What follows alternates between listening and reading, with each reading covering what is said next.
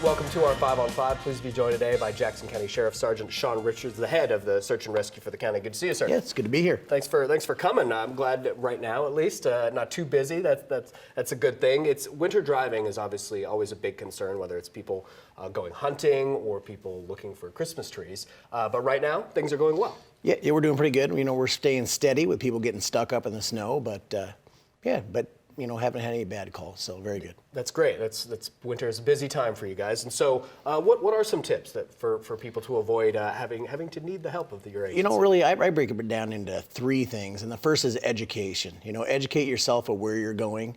You know, get a map. What's required there. You know, is it open to the public? Those sort of things. So do a little education up front, and then the second is have a plan. You know, whoever's going to call me at midnight saying that you didn't make it home, hopefully if you have a plan, that person is going to call. And, we need some basic information of, how many people are in the car, the vehicle description, license plate, who's in it, those sort of things. So we can get you help quickly as possible, the route that you went in, the route you're coming out, time you should be home, that sort of thing. Yeah, technology is a great asset for us, but those apps, these things can lead people in the wrong direction. You guys respond to those things often. Absolutely, and if there's nobody that's going to call if you don't show up home, then you may be in that situation where, we always tell people to stay in the vehicle, but if nobody's going to call, you may get into that situation where you're going to have to hike out because we don't know you're gone. So it's always good to have a plan. And then the third thing is always be prepared. Put emergency blankets, extra food, extra water, those things in your vehicle, backpack, whatever you're doing. So if you do get into trouble, you have what you need to sustain yourself until we can get there. And we've seen before that it's sometimes good to stay with your car, but maybe sometimes you should hike out. Yeah, absolutely. We always tell people, we use the old adage, hug a tree. But, if you're in your vehicle, we always tell people to stay in their vehicle. Like I said, unless that one situation is if nobody is going to call that knows you're out there, then you may have to make that decision on your own to try to hike out or get help. But hopefully you've told somebody, they're going to call because you didn't show up at home.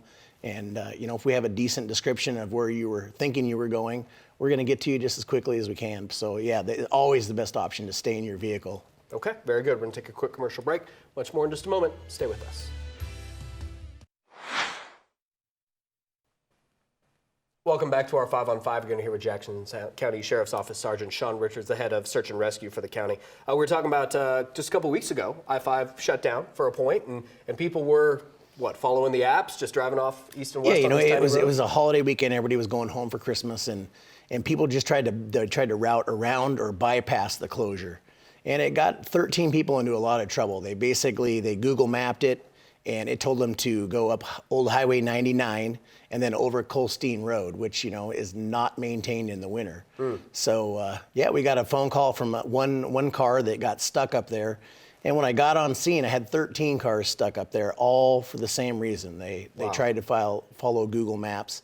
And it was a mess. It actually took us 13 hours, 2 snowcats and 2 county snowplows to get everybody out of there. Oh my goodness! Wow, that's a lot of people too. Yep. So that shortcut didn't save them any time at all. No, not at all. All right. So one of the things I'm curious about, whenever we hear about search and rescue activity, it seems like there's multiple agencies involved. Partnership. Very much a big part of search and rescue. Yeah, so we belong to what's called CORSAR. So the state of Oregon is broken up into 4 regions. And our region is called CORSAR, California Oregon Search and Rescue. And I think we have 9 Oregon counties and a couple of California counties that we work together on a regular basis. It's basically our neighbors in Southern Oregon.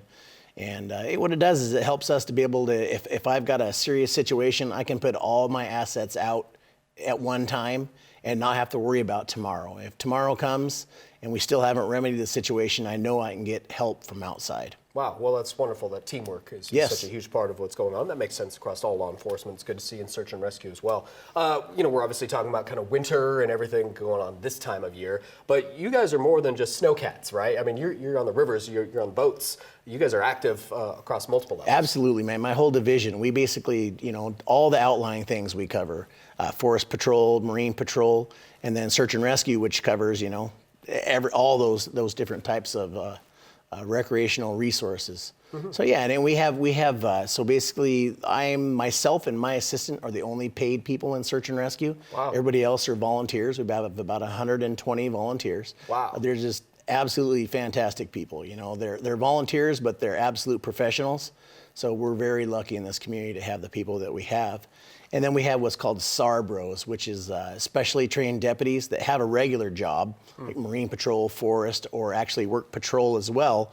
But if we need a little extra help on the law enforcement side, I can call on them and they'll come out on, outside their shift or something to help. Yeah, and obviously search and rescue in other counties as well. I've heard this, relies on volunteers, for a lot of manpower as yours does.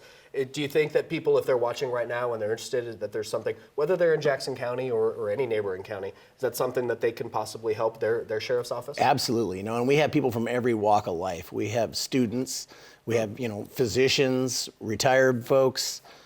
We just have everybody from every walk of life, and it's a great deal. It's a good way to give back to the community and also to educate yourself. We have a great training program, and people get a lot of skills that they can use outside as well. Excellent. Well, thanks for taking the time to come by and tell us my about it. pleasure. Appreciate it. All right. Stay with us. We'll be right back.